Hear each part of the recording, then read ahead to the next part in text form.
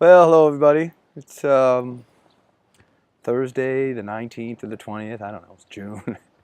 It's hot here, but I'm in the desert. There's oop, zero crime-fighting wonder dog. I um, I was thinking about reasons to justify a belief in God, even if you're not trying to convince somebody that God is real. And I've given it a lot of thought, and here's what I came up with today. When I was a kid, my parents, my mother especially, she was very, very strict. There was no question about how she felt about things and what the rules were. And she would say, if you're not back by dark, if you leave the block without my permission, if you do anything that I don't approve of, you're going to be in a heap of trouble, boy. And I was.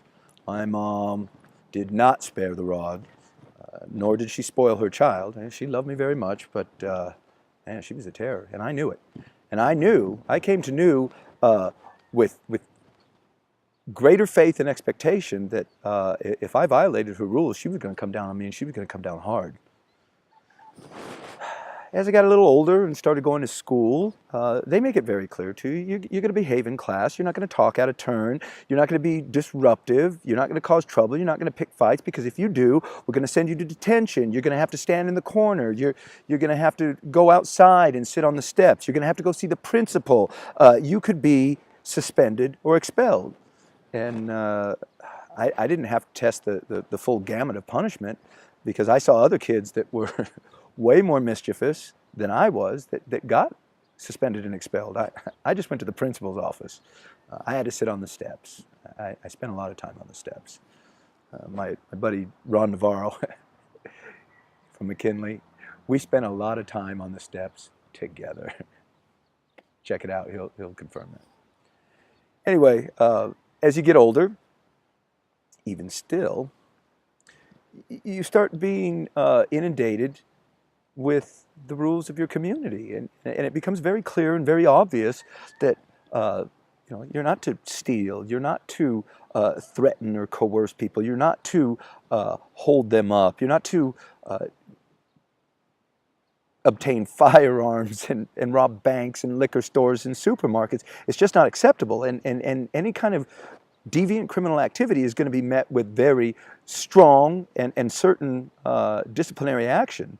And there's this second code that goes beyond just legislative law, where if you're disrespectful to a police officer during the course of his duty, whether he's doing it right or not, you could get your ass kicked or killed.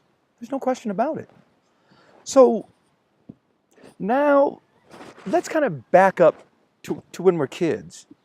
And we encounter these adults in our lives who, in all other facets of their lives, as far as we can see, as far as we can reckon, these are normal, rational, trustworthy people that we count on.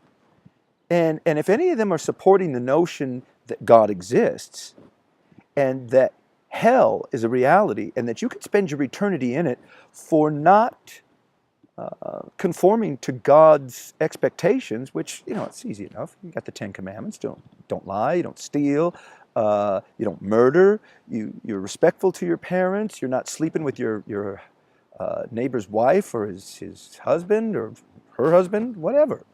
It's very clear. These are not crazy rules. They're very they're very reasonable. So when you get this whole trip laid on you that, you're going to suffer in hellfire forever and ever with fire and brimstone and ooga booga, I think a reasonable kid in a reasonable circumstance is going to accept these things as being reasonably possible. Now, as we get older and we mature and we start evaluating things for ourselves and trying to apply some kind of brand of critical thinking, what do we see? We still see a huge amount of the adult population, people that we trust, people that we admire, people that we have respect for, still attending these church services every Saturday, Sunday, or whenever their congregation gets together, and they at least appear and say that they take it very seriously. So there is great pressure to continue accepting the notion that God may exist or God does exist, and if He does, why should we believe, after everything that we have been through, that God would be serious about kicking our asses at the end of our life if we didn't measure up to His standards? And they're not that difficult. You know, He wants the same things, according to the commandments, that we want from each other. We don't want to be lied to. We don't want to be stolen from. We don't want to be cheated. We don't want people sleeping with our spouses. That's not unreasonable.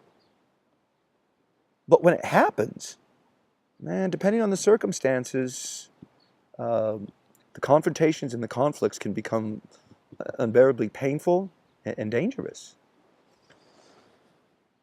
So,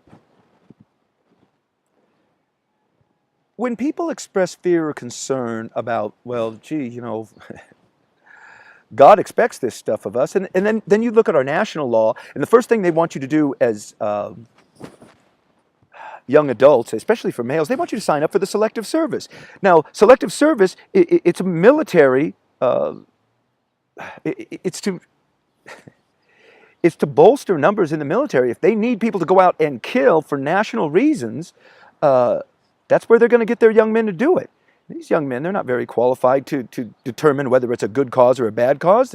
The nation is saying, you got to serve. Well, the nation has also invoked God and Christ as the highest known authorities and beings in their law.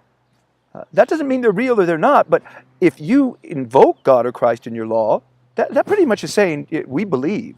So if you believe, why does the national law immediately demand of our young men that you sign up for the killing machine? That's bullshit. There's a lot of things that this nation does. It demands that you pay taxes to support their military efforts, to support police efforts that are not always pristine in their approach. Some of them are very corrupt. And this is no slant against cops. Good cops, you know who you are, and bad cops, you also know who you are.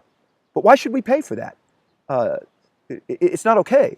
And if we have to subsidize that, we have to pay for shit that violates our covenant with God. If this God is real, and I'm not talking about some goofy religion, I'm talking about something that any reasonable person could sit down and say, well, I can't prove whether it's true or not, but if it is true, I don't want to take that risk. I'd rather buy the insurance and just opt out.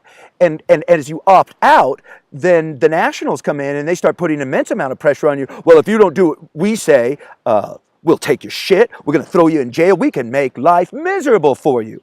Well, okay, maybe you can, but can you make it more miserable than God's going to make me if I go with you? I mean, what's the difference between the pressure that you're putting on me right now and the pressure a street gang puts on some young tyke that's coming up and, you know, he's looking at everything and saying, you know, what are my chances here? I ain't going to go to college. I ain't that bright, but these guys are going to look out for me. All I have to do is let them beat me up and then I'm in. Something needs to change here. You know, when you invoke God into your national legislative process, and then you expect us to follow the law and you're going to beat us up and you're going to penalize us for not doing what you say we ought to do. Well, what about what God says we all ought to do? I'm not a religious zealot, but I am making the point that if you are going to lean on us for rules and regulations, keep them yourself. And if you're not willing to do that, all I can say is somebody's lying. Who could it be? That's all I have to say about it right now. I welcome your comments. I would like to do this more frequently. I have a lot to say about this. Again, I'm not forcing religion on anybody. I've had religion and politics and philosophy and ideology, just as you all have, forced on you from day one. And we're forced to make sense of it. And the problem is that when you object on a religious basis, they say, well, that's your religion and separation of church and state. And, you know, they grind you every goddamn different way that they possibly can. There is an excuse for getting away with every violation that can ever be committed. And I have spent my life itemizing, categorizing, and evaluating this bullshit. And I'm tired of it. I really am tired of it. If God is real, then let's follow the basic rules. If you can't follow those simple 10 commandments, how are you going to follow national legislative policy? How are you going to keep the business and professions code? How do you keep state legislative policy, county legislative policy, the city municipal code? It's all bullshit. They talk about Jesus relieving people of the curse of the law way back when. You know, they had all that Levitical law where it was just stacked up to heaven. But he made it all go away. Well, it's back now, okay? It's back, and it's bigger than ever, and it's horse shit. Every congressional season, we are watching these congressmen reconvene for, 26 weeks out of the year? And they continue to heap on more and more legislation. They can't even keep the original mandates for equality and rights, privileges, protections, and immunities for all people. And that's what we were entitled to. That is our inheritance, our national inheritance. And we don't have it. We were never paid. We were shortchanged, and we were shortchanged big time. And back then it was just hey, we help us, fight for our rights. Now they tell you, you will help us or else. That's bullshit. I have more to say. Write in, let me know what you think. The more people that I can get on some kind of mailing list or something, eventually, if I get enough support, if enough people say, if Mike will go and he'll say that to Congress or the senators, I'll help pay his plane ticket. I'll eat chicken the whole time. I'm not a fancy, expensive guy, but plane tickets aren't free. Anyway, talk to you later. Take care.